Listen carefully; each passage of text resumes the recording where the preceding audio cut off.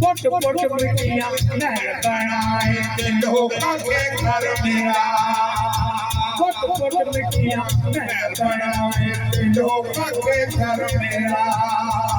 जिंदगी दा एक ख्वाब नहीं होते खाली करके मेरा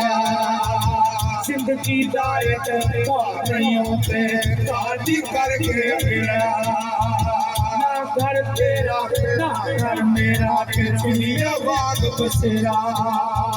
कहे हुसैन फकीर साईदा कहे हुसैन फकीर साईदा कट न तकड़ी न को अल्लाह अल्लाह